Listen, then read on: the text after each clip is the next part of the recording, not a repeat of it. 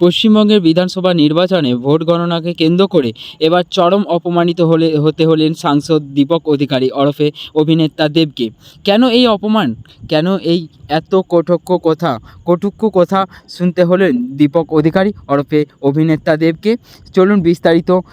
Vote গণনা শেষে office থেকে বেরোতেই চরম অপমানিত হতে হলেন দীপক অধিকারী ওরফে দেবকে।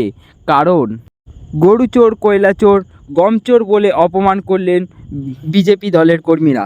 তবে এই বিষয়ে দীপক অধিকারী ওরফে অভিনেতা দেব কোনো মুখ খুলেননি, কিচ্ছু বলেননি সেখানে। তবে অনেক সাংবাদিকের কড়া প্রশ্নের উত্তর খুব ঠান্ডা মাথায় দিয়েছিলেন দীপক অধিকারী ওরফে দেবকে। তবে তারপরেও বিজেপি কর্মীদের কাছে চরম অপমান হওয়ার পরেও মুখ খুলেননি দীপক অধিকারী। এত খারাপভাবে পরাজয় হয়তো দীপক অধিকারী ওরফে দেব দুঃস্বপ্নেও কখনোই ভাবেনি।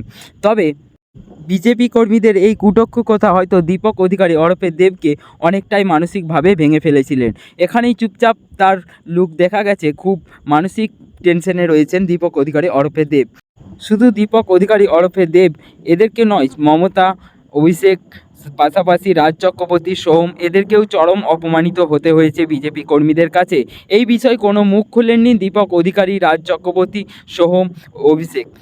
পরিস্থিতির প্রেসার এবং বিজেপি কর্মীদের খারাপ আচরণ এবং ব্যবহারে পদত্যাগ করেছেন সরাসরি দীপক অধিকারী। এদিকে রাজ চক্রবর্তী এবং সোহম, এদের মতো অনেক বড় বড় অভিনেতা, অভিনেত্রী এবং পরিচালকরা।